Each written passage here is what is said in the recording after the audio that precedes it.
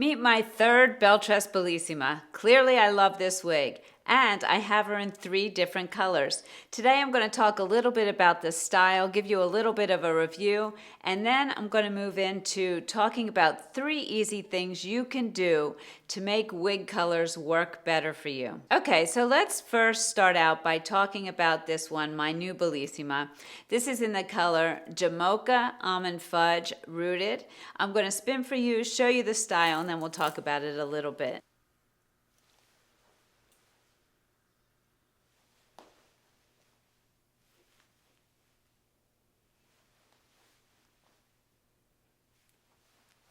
Such an easy style. She can be dressed up or dressed down, wear her casually, throw on some bling like I did for my daughter's wedding. Just a really great style. So how does Belle Tress describe this style? They say the latest and modern version of the timeless bob. Premium lace front. Let me show you that there. And they do their lace fronts impeccably. You can see the highlights going up there really nicely. And you don't have a band of light color like you do with some. Premium lace front liberates us from hiding behind the bang, although you can always cut one in. Partial monofilament top, and what they mean by that is a monofilament part. I'm going to show you here on one of my other Bellissimas. So you have your temple to temple lace front, your monofilament part. Creates the perfect fitting crown with the natural looking part and without being overly flat.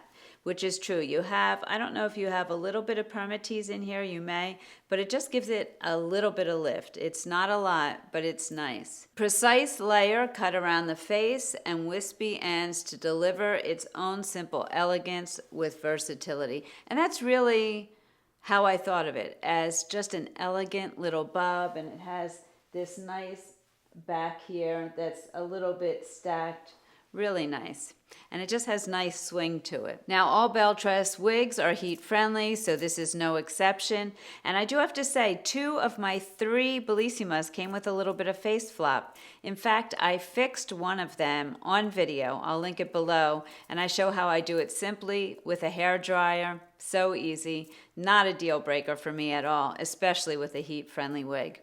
I did want to let you know that, though, in case you do get one, you may get a little bit of face flop. You can see I have it right here. I need to fix this one. I haven't gotten to it yet. I just took it out of the box. So she has the lace front, the monofilament top, probably a little bit of permatease in here, not much, just giving that little bit of lift, open wefting, the velvety ear tabs with metal stays, your extended velvety nape, and you have the bra strap type closures here. As far as stretch goes, there's some stretch, and I have a petite to average circumference. I should give you all of my measurements. 21-inch circumference, 12 inches ear to ear, 13 inches forehead to nape. My face is 8 inches, my forehead is 3 inches, my neck is 3 inches, and the width of my face is 10 inches. I give you all of those measurements so that you can compare your measurements to mine and figure out better how a wig is going to look on you and how it's going to fit you.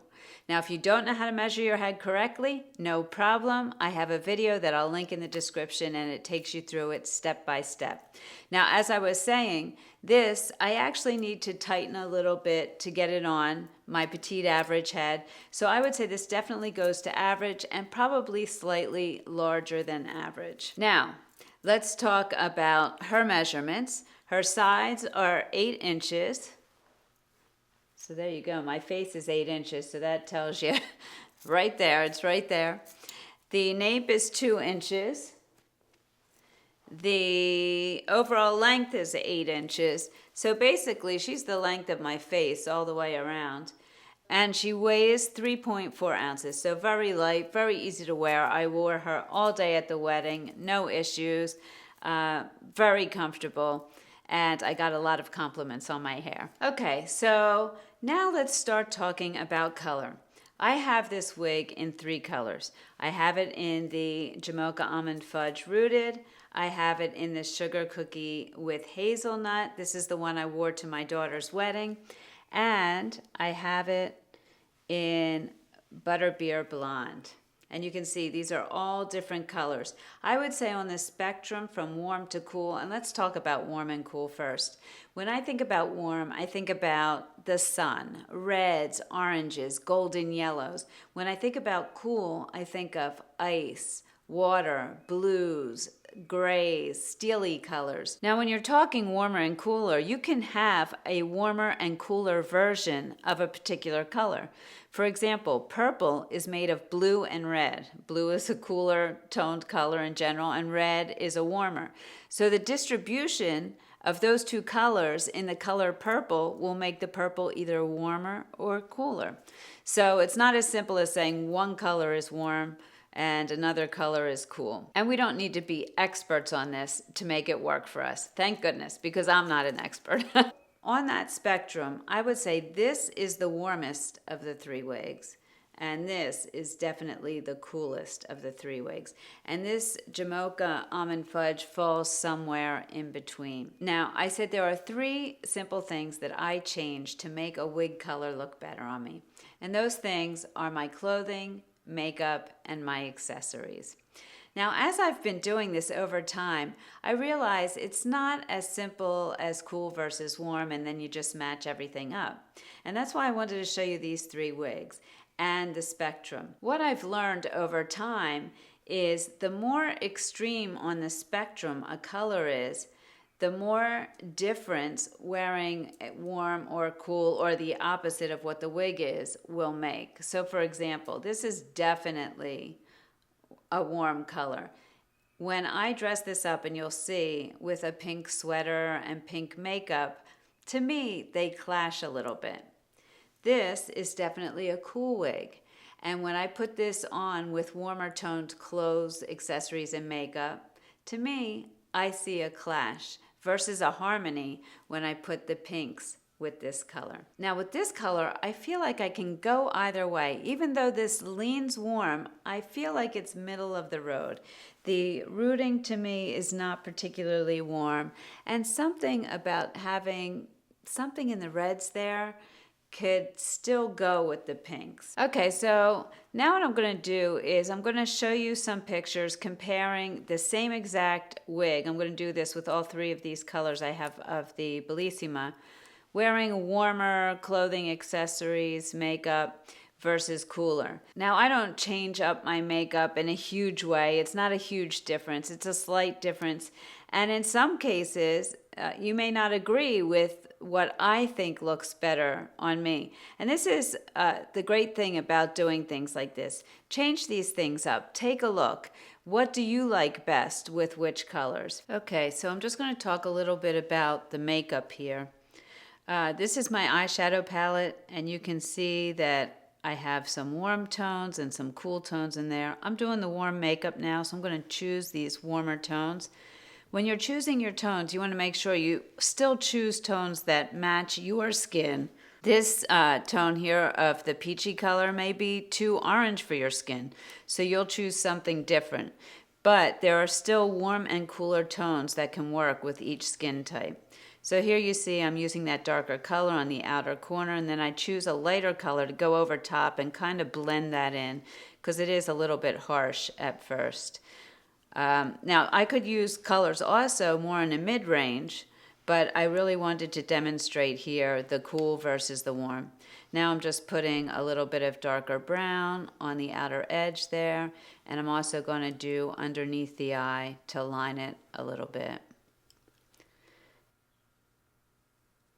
Then I take a blending brush and just blend it all in so that it looks nice and blended and it doesn't look too blotchy. I think blending is key when you're doing makeup. Now I'm just doing eyeliner on my waterline. And this is going to actually be the same for both of the looks. And then I do an eyeliner on the outer edge and I kind of bring it up to try to bring the look of my eye up. Now here I'm just using the brown color to blend in that eyeliner, and then I put on the mascara.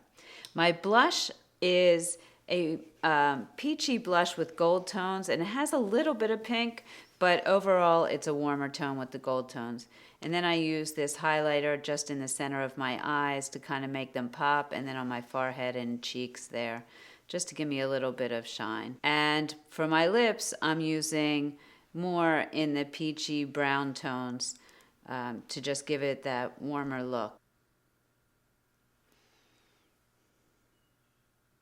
Yeah, you can see there, that is also a peachy lipstick. And then I put a little bit of shine. I like a little shine on my lips. Again, do your makeup however you feel comfortable. These are just ideas, but I just wanted to demonstrate the warm versus the cool in the makeup. And then I go over with a little bit more lip liner, kind of shade the bottom lip a little. I have a pretty big bottom lip, so I give it a little bit of darkness at the bottom. These other colors are my cool colors. Same thing, same makeup. I just wanted to show you the cooler colors. Okay, so we're going to start with the Sugar Cookie with Hazelnut, which was the furthest on the warm side.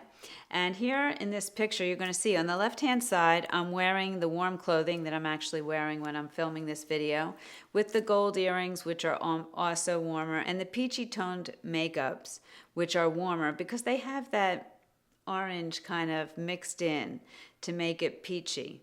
So you can see with that warm toned wig, the warm tones all around it, I think complement it. Whereas on the right, I am wearing a pink sweater with pink makeup and silver earrings. And while I don't think it looks bad, I don't think it looks as harmonious. Now, let's move to the Jamocha Almond Fudge. That's the one I considered middle of the road. And I think you can see that here. On the left, I'm wearing all the warm tones. On the right, all the cool tones. And I really think you could go either way with this wig. There's something about the reds in this wig that complement the pink. And this is where you really just have to try things out and see what works for you. Now let's look at the coolest toned one, the Butterbeer Blonde.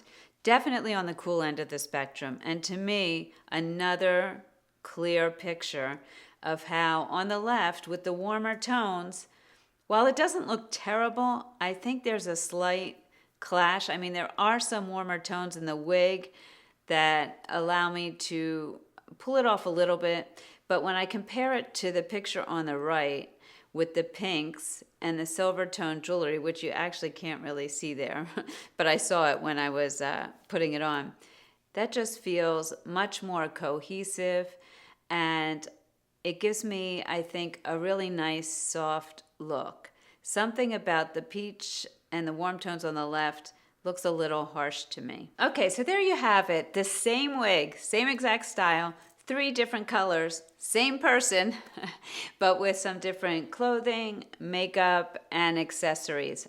3 simple things that you can change. I'd love to hear your thoughts on the subject. Are there things that you do to make a wig color look better on you that maybe I haven't thought of or haven't covered? I would love to hear about it. Okay, if you're interested in learning more about getting rid of face flop, I'm going to link this video for you right here.